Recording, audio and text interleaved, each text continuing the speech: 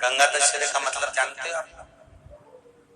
केवल गंगा जी का नाम ले लेने से, एक लोटा जल शंकर भगवान को आज समर्पित कर देने से, या गंगा जल का एक जरा सा छींटा शरीर पर पड़ जाने से 10 पापों से मुक्ति मिल जाती है। दशहरा का मतलब है 10 पाप से मुक्त हो। पहला पाप है किसी के घर का बिना पूछे कोई सामान उठाकर हमने भोग कर लिया हो, तो उस पाप से।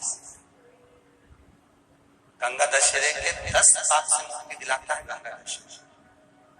दूसरा, किसी ब्राह्मण किसी गुरुजन को मुख से अपशब्द कह दिया हो, तो आज ही का दिन है जिस दिन पाप कर्म से मुक्ति मिल जाती है। तीसरा, किसी स्त्री को, किसी नारी को, किसी कन्या के प्रति, स्त्री के प्रति, नारी के प्रति अगर गलत सोच लिया हो या गलत कर्म हमने कर दिया हो, तो उस पाप से मुक्ति गंगा दशहरे का दिन दिला देता है। चौथा,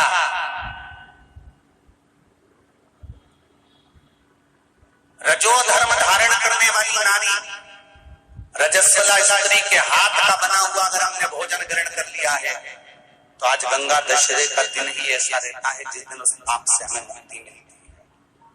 पांचवा, किसी के यहाँ सूतक जानते हो या सावड़।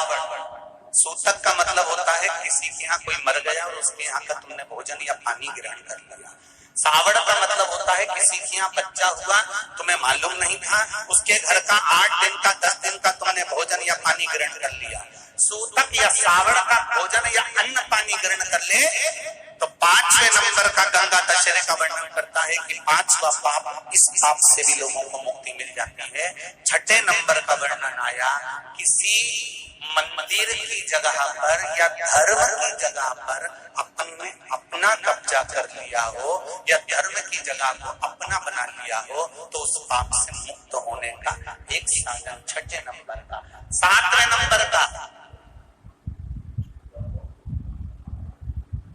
झाड़ू लगाते समय, बुआरी लगाते समय छोटे छोटे जीव झाड़ू के नीचे मर जाते हैं, तो उसके पाप से मुक्ति गंगा दशहरे का दिन दिला जाता है। 8वें नंबर का, 8वें, जिस समय हम भोजन ग्रहण कर रहे हो और हमारे दरवाजे पर कोई व्यक्ति आकर बैठा हुआ है और हमने उसको भोजन का नहीं पूछा या उसका मुख झूठा ना कराया, तो उस दोष से वंचित हो जाए, उस दोष को समाप्त कर दे, तो गंगा दशहरे का। 9वें नंबर का, बेटी की शादी करी और बेटी की शादी करने पर बहुत सारा कन्यादान आया। उस कन्यादान में साड़ियां ज्यादा आ गई, सामान ज्यादा आ गया, मिक्सर 2 सेट आ गए, डिनर के 2 सेट आ गए, और मायके वालों ने 1 सेट अपने घर में रख लिया और उस मिक्सर में खूब सामान पीस के खाया, निपटाया। बेटी के कन्यादान का सामान घर में रखकर उसका भोग करने पर जो पाप लगता है, 9वें नंबर का कहता है गंगा दशहरे का दिन उस पाप को धो देता।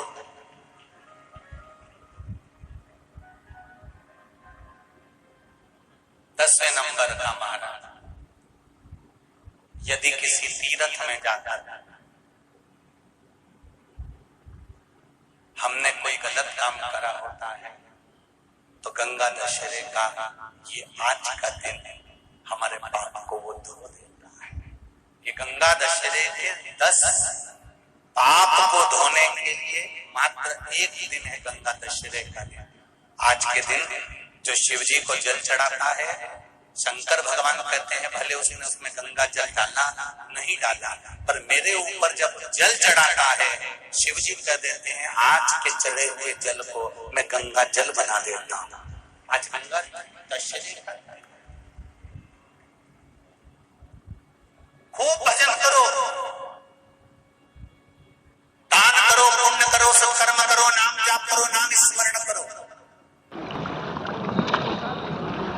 और शिव मंदिर में चढ़े हुए जल का थोड़ा सा सिंचन जरूर।